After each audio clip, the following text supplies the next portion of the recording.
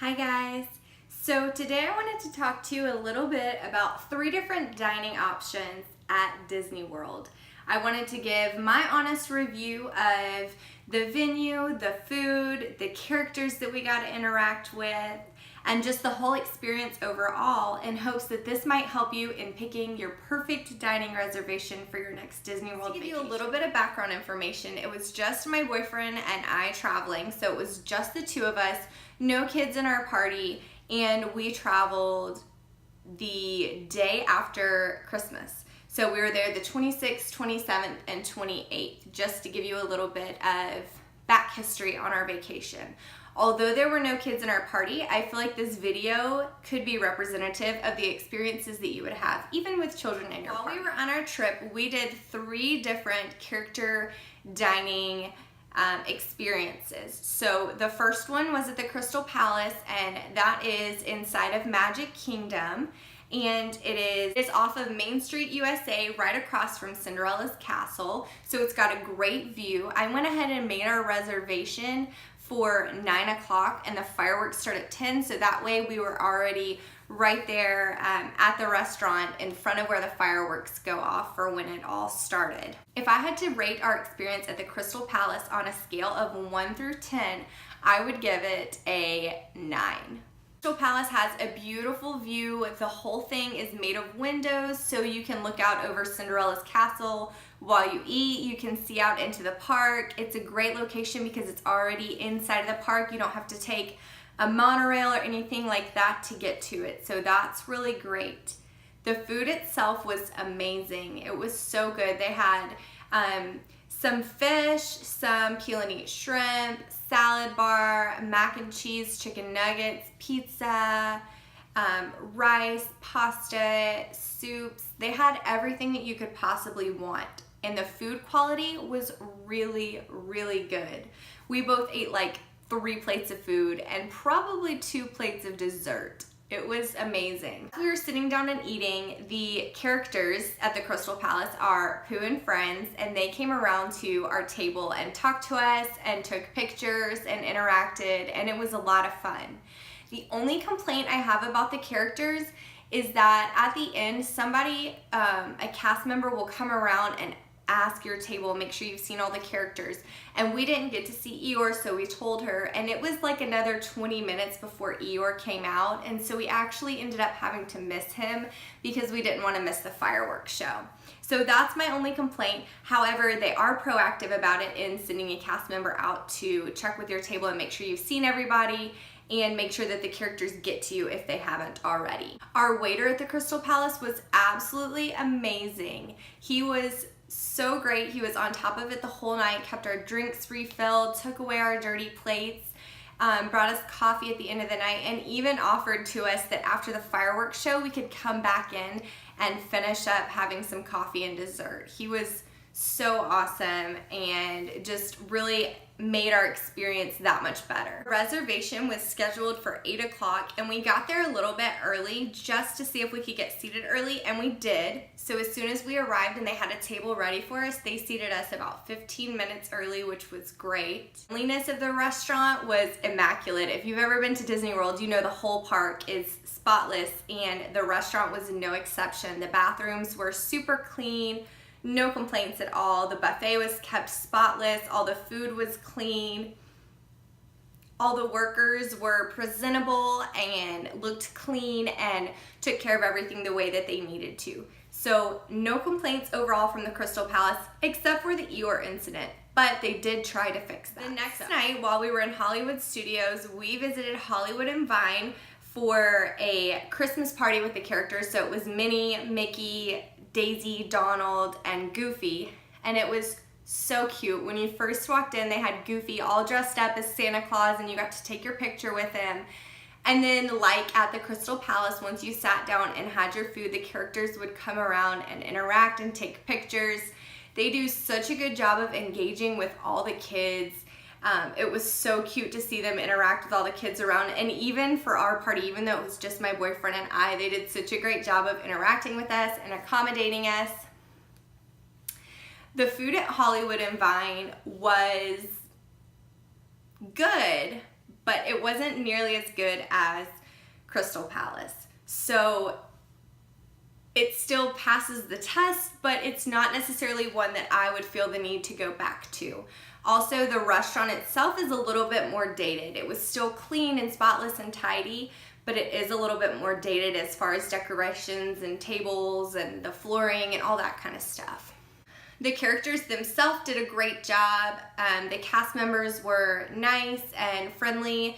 My complaint would be that we saw a couple other tables who took pictures with Mickey and Minnie together because they were right there kind of back to back. And so we were like, oh my gosh, that's so cute. And they ended up coming to our table back to back as well. And so we asked a cast member to take a picture of my boyfriend and I with Mickey and Minnie all together. And she said they weren't allowed to do that. So that would be my complaint, is that if you're not gonna allow people to do it, then don't allow anyone to do it, because I don't know, it was a really cute picture and I wanted one. And so I was kind of upset when she said no, especially because of the price that you pay for eating at these restaurants. As far as our waiter at Hollywood and Vine, I was a little bit disappointed.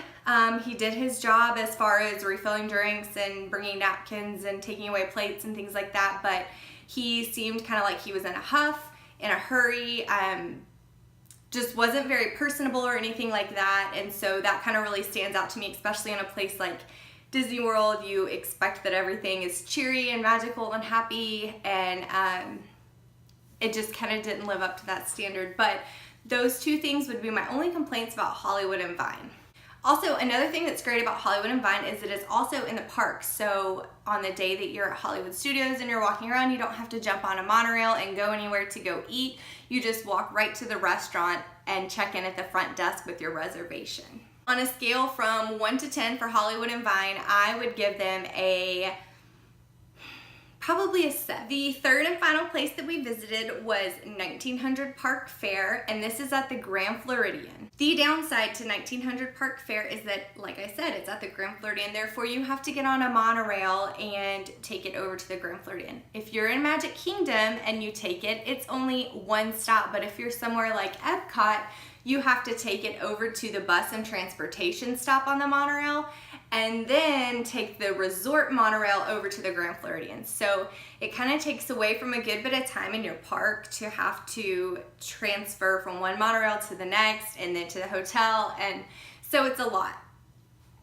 However, the Grand Floridian is absolutely beautiful, especially at Christmas time. Everything is all decorated and lit up. They have a life-size gingerbread house inside of there. They have beautiful views of the bay and the river, so you can go outside and walk around and look out over the water, and it's just very romantic and magical. And going at night on the monorail ride is actually so beautiful because you can see all the different parks lit up and the different hotels and everything. So I really thoroughly enjoyed being able to kind of have a scenic little tour at night through the parks. As far as food at 1900 Park Fair, the food was good. It was better than Hollywood and Vine. However, it was not as good as Crystal Palace.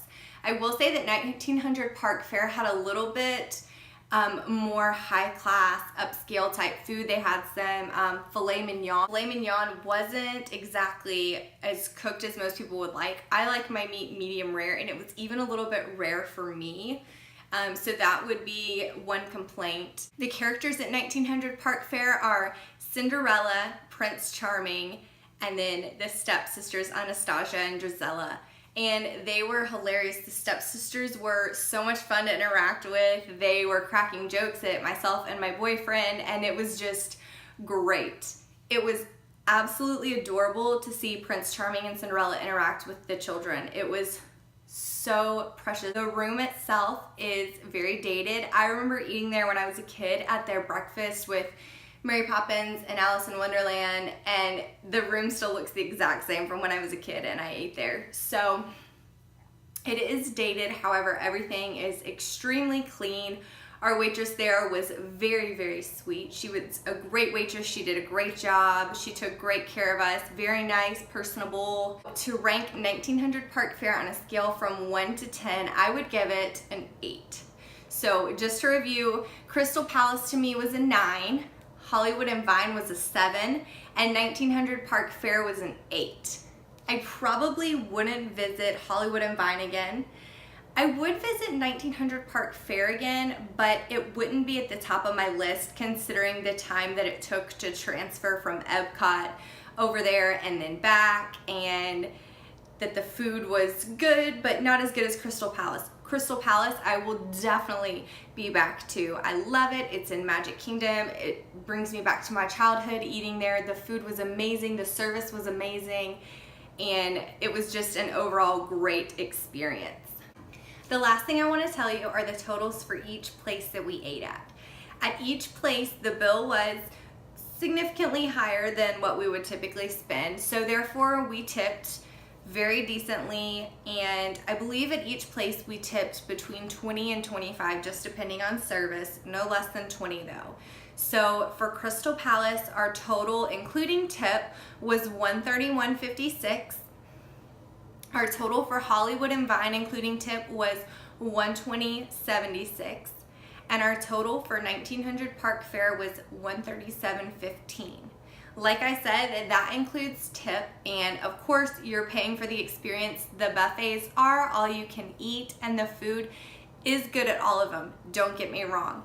I told you which ones are the best, but the food is good at all of them, and you're paying for the experience. So remember that. I hope you guys enjoyed this video. I hope that you found it helpful and that you will be able to take some of these reviews along with you on your next Disney vacation. Let me know in the comments down below any other restaurants you've tried that you recommend. Bye guys.